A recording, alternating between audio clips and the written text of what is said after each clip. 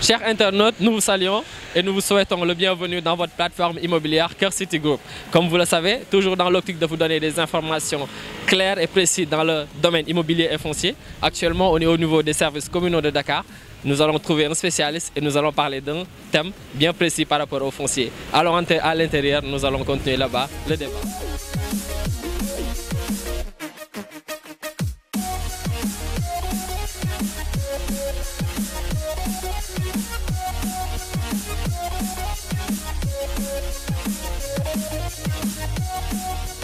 Chers internautes, nous vous saluons et nous vous souhaitons le bienvenu dans votre plateforme immobilière Cœur City Group, mais aussi dans votre nouvelle rubrique intitulée Les Minutes Immobilières, qui seront de courtes vidéos dans lesquelles nous allons parler de l'essentiel du foncier et de l'immobilier au Sénégal. Présentement, on est avec M. Biram Seck, spécialiste en aménagement du territoire et en matière de décentralisation. Notre thème aujourd'hui porte sur un peu ce qu'on appelle le lotissement comme une opération foncière. Monsieur Seck, nous vous saluons et nous vous laissons le soin de saluer nos internautes. Je vous salue aussi, M. Tal, et je salue aussi l'ensemble des internautes qui nous suivra dans le cadre de cette interview. Merci beaucoup, M. Seck. Comme vous le voyez, on est aujourd'hui avec M. Seck, qui est un spécialiste en aménagement du territoire.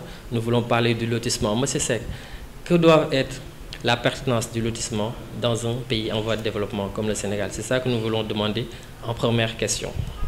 Merci beaucoup, M. Tal. Vous avez posé une question, à mon sens, très intéressante et importante dans le cadre de l'aménagement du territoire, dans le cadre aussi de la planification et même de la décentralisation.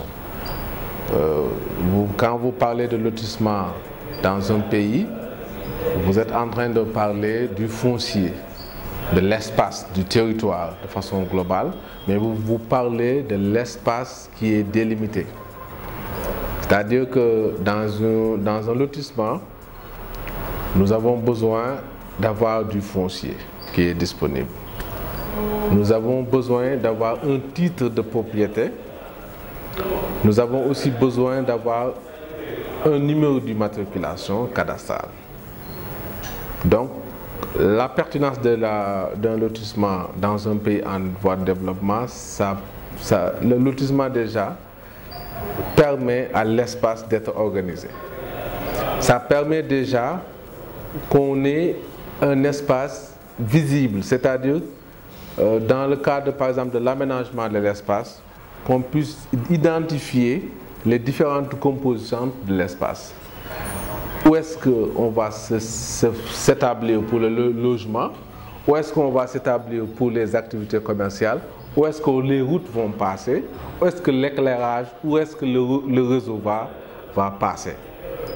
Ça va également permettre d'identifier là où on aura des équipements, que ce soit sportif, culturel, mais l'essentiel, ça permet à l'espace d'être organisé. Dans un pays en voie de développement, l'organisation de l'espace est d'une importance capitale. Donc, le lotissement, à mon sens, sur le plan de l'aménagement du territoire, est important déjà. Il est utile parce que déjà à l'espace, parce qu'à travers le lotissement, on identifie les lots. Parce que dans l'espace, on peut savoir le lot 1 appartient à qui. Et ça, c'est important.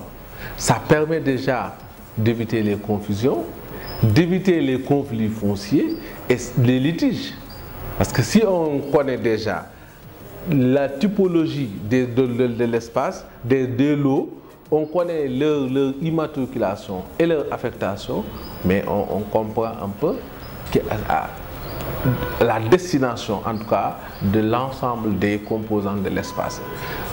Loti, les numéros de l'eau, les numéros d'équipement, les espaces dédiés, etc. et les servitudes.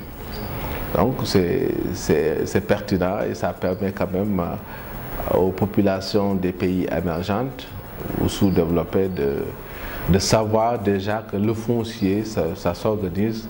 Le foncier, ça doit être un élément qu'on doit donc porter une grande attention.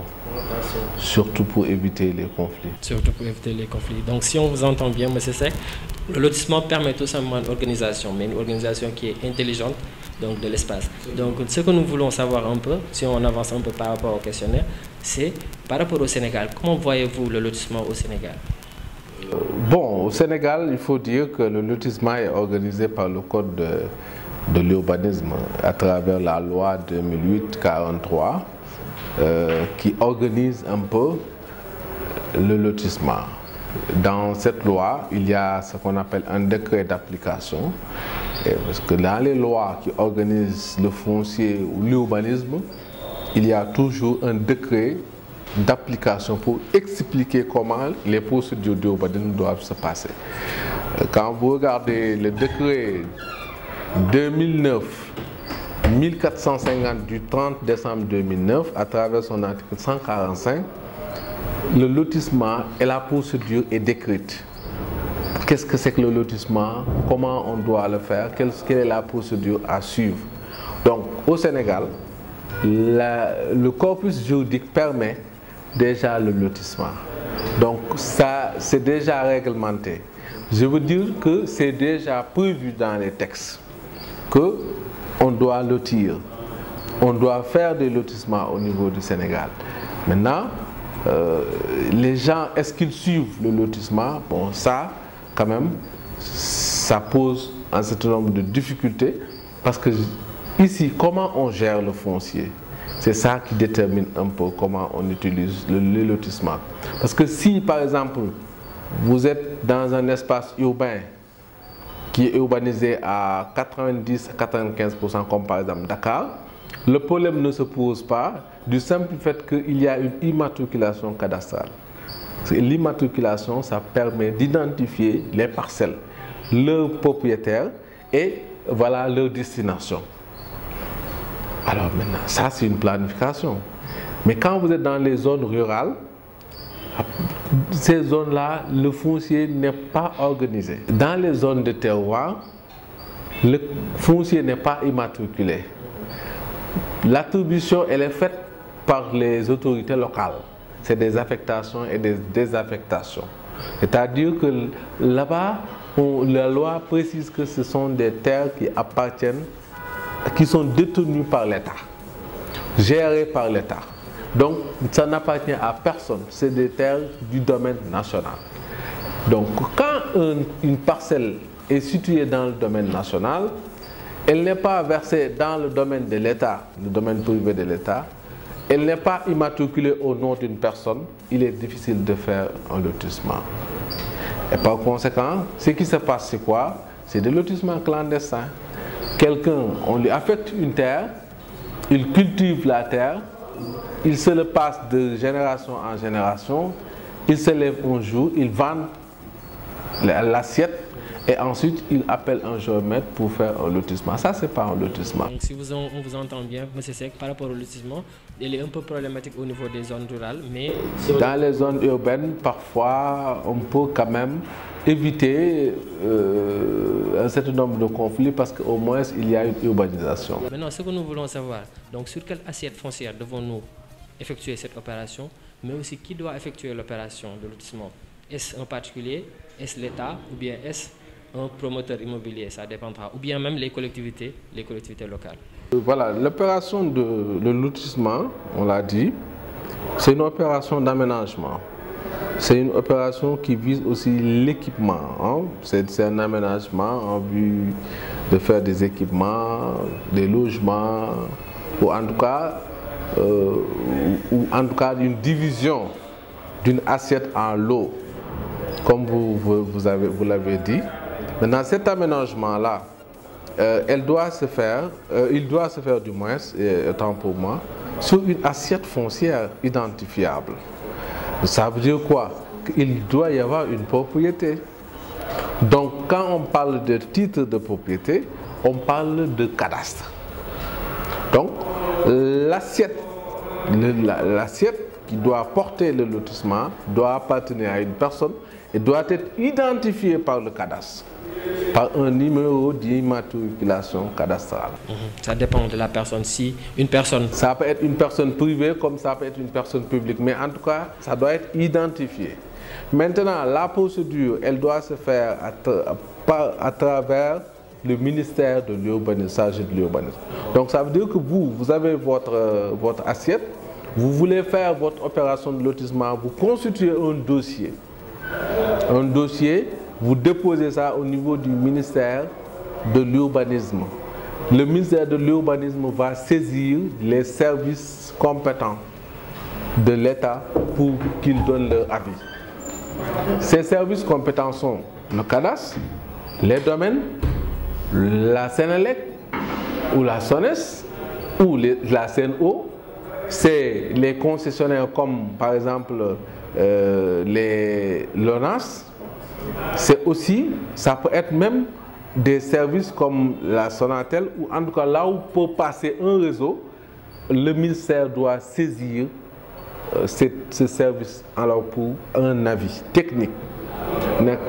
Dès que le dossier fera le tour de ces services-là et qu'ils reçoivent des avis favorables, on saisit la commune pour avis, le conseil municipal, pour qu'il se prononce. Mais le conseil se prononcera sur le lotissement en rapport avec le plan d'aménagement de la commune. Donc pour dire que, alors, cette consultation-là, elle est faite, donc c'est une instruction qui est faite par le ministère de l'Urbanisme, mais qui saisit des services de l'État qui ont un impact sur le lotissement. Donc si on vous entend bien, le lotissement est une opération qui est complexe. Une opération complexe et technique et qui est faite par les services de l'État qui doivent émettre des avis sur le projet avant que l'autorisation ne soit délivrée par le ministre de l'Urbanisme. Ok, M. Seck, ce que nous voulons savoir, c'est un peu le lotissement comme une opération, mais aussi on entend le morcellement comme une opération aussi foncière. Maintenant, ce que nous voulons savoir, c'est quelle est la différence entre le lotissement, mais aussi le morcellement. Oui, je disais que donc le lotissement, c'est une opération sur une assiette assez importante. Alors que le morcellement, ce n'est qu'une simple division d'une parcelle en lots. Ça peut être une division en 2 lots ou bien une division en 4 lots, mais c'est le maximum. Au plus de 4 lots, on n'est plus dans un morcellement, mais on est plutôt dans une opération de lotissement. Donc c'est juste pour dire que c'est une opération qui porte sur des lots qui ne sont pas très importants, et qui donc on peut séparer en 2 ou en 4 maximum. Nous avons vu que le Sénégal, il y a beaucoup de problèmes qui sont liés à l'absence de lotissement ou bien mauvais lotissement. Maintenant, ce que nous voulons savoir, c'est comment on peut gérer ces genres de problèmes. S'il existe des opérations aussi qui peuvent gérer ces genres de problèmes, vous pouvez y revenir aussi. Oui, en fait, aujourd'hui, pour une meilleure organisation foncière, il est important d'avoir un cadastre rural, d'avoir aussi une organisation de l'espace bien planifiée. C'est-à-dire que le foncier, on doit gérer ça de sorte qu'on puisse savoir à travers le territoire les zones dédiées à l'habitation, aux activités industrielles, aux activités touristiques ou même en tout cas à la préservation de la nature ou aux espaces verts, des choses comme ça.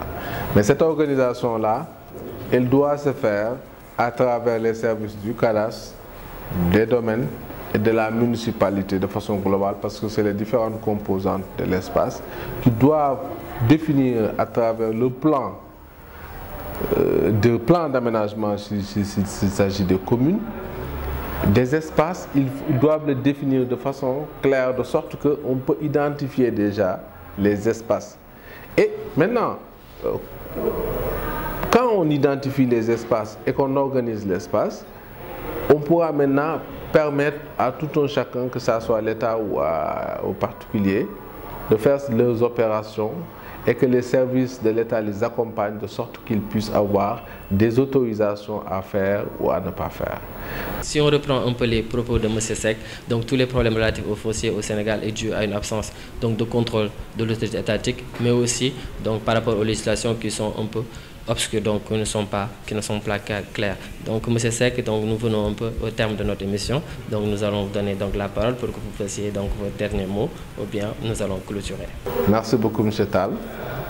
Le foncier est vraiment important dans un pays. C'est déjà un facteur de richesse. C'est aussi un élément qui peut déclencher des conflits. Donc pour une meilleure approche, il faudrait vraiment que les services qui s'en occupent puissent revoir l'approche de la gestion et permettre aussi aux collectivités territoriales de participer un peu dans la gestion, dans l'attribution, de sorte que au niveau de leur territoire, qu'ils aient une maîtrise de la carte foncière. Parce que parfois aussi, des conflits naissent entre les services de l'État et les services des collectivités territoriales, parce qu'il n'y a pas une coordination, il n'y a pas une harmonisation dans l'action. Parfois, la commune peut attribuer, sans raison ou avec raison, entre guillemets, et que l'État attribue aussi à travers des baux sans avis de la commune. Et ça crée des difficultés. Parfois aussi, on donne une assiette importante dans une collectivité sans l'aval de la collectivité. Et ça crée des difficultés. Mais parfois aussi, une personne cède une parcelle sans aussi titre. Et il faudra créer une plateforme de sorte qu'à partir de chez vous, vous pouvez vérifier si telle personne est attributaire ou telle personne est propriétaire de telle ou telle assiette avant de pouvoir vous engager. Parce qu'aujourd'hui, les transactions foncières se font de particulier à particulier sans passer devant le notaire, alors qu'on ne doit pas faire des opérations foncières sans passer par le notaire. Parfois aussi, par ignorance, les gens le font. Maintenant, pour parer à toutes ces situations-là, il faut avoir une cartographie, il faut une plateforme qui renseigne sur l'identité des parcelles. Et ça ne doit pas seulement rester entre les mains du cadastre ou des domaines où, si tu veux une information, tu es obligé de faire une requête, d'attendre une semaine ou 2 jours pour savoir justement que ce droit-là appartient à telle ou telle personne. Il faut qu'on mette ça dans une plateforme, il faut qu'on dématérialise les procédures foncières, procédures de lotissement, procédures même d'achat et de vente, de sorte qu'il y ait une plateforme où on peut accéder pour vérifier si tel titre appartient à tel. Ça, c'est pas, on n'a pas besoin quand même de continuer à travailler à l'ancienne. Aujourd'hui, nous sommes dans un monde vraiment de la nouvelle technologie. Il faut qu'on puisse utiliser ça pour faire avancer les choses. Mais depuis un certain temps, on parle de dématérialisation des procédures foncières, etc. Mais jusqu'à présent, il n'y a pas d'avancée.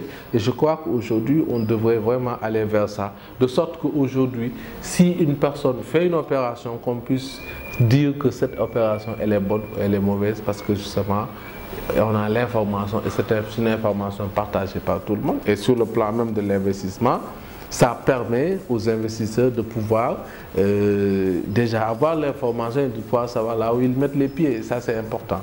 L'autre aspect, c'est que je voudrais vous remercier déjà pour cette interview dans le cadre de, donc, qui a pour objet le lotissement, et pour témoigner vraiment ma gratitude et souhaite également à tous les internautes, à tous les Sénégalais, un excellent et bon mois de Ramadan que nous sommes en train d'attendre avec impatience. Et nous prions également pour que le Sénégal soit et la paix, mais aussi la sécurité, et que vraiment la jeunesse sénégalaise puisse se retrouver autour de l'essentiel pour aller de l'avant. Je vous remercie. Merci beaucoup, M. Seck. Comme vous l'entendez bien, M. Seck prône ainsi l'insertion des nouvelles technologies dans le domaine foncier pour une gestion beaucoup plus efficace au niveau du Sénégal. Comme vous le voyez, nous étions avec M. Seck, spécialiste en aménagement du territoire, mais aussi spécialiste en gestion des collectivités locales. Donc nous avons parlé du lotissement. Sur ce, nous vous donnons rendez-vous la semaine prochaine sur un autre thème sur le foncier ou bien l'immobilier avec un autre invité. Merci beaucoup.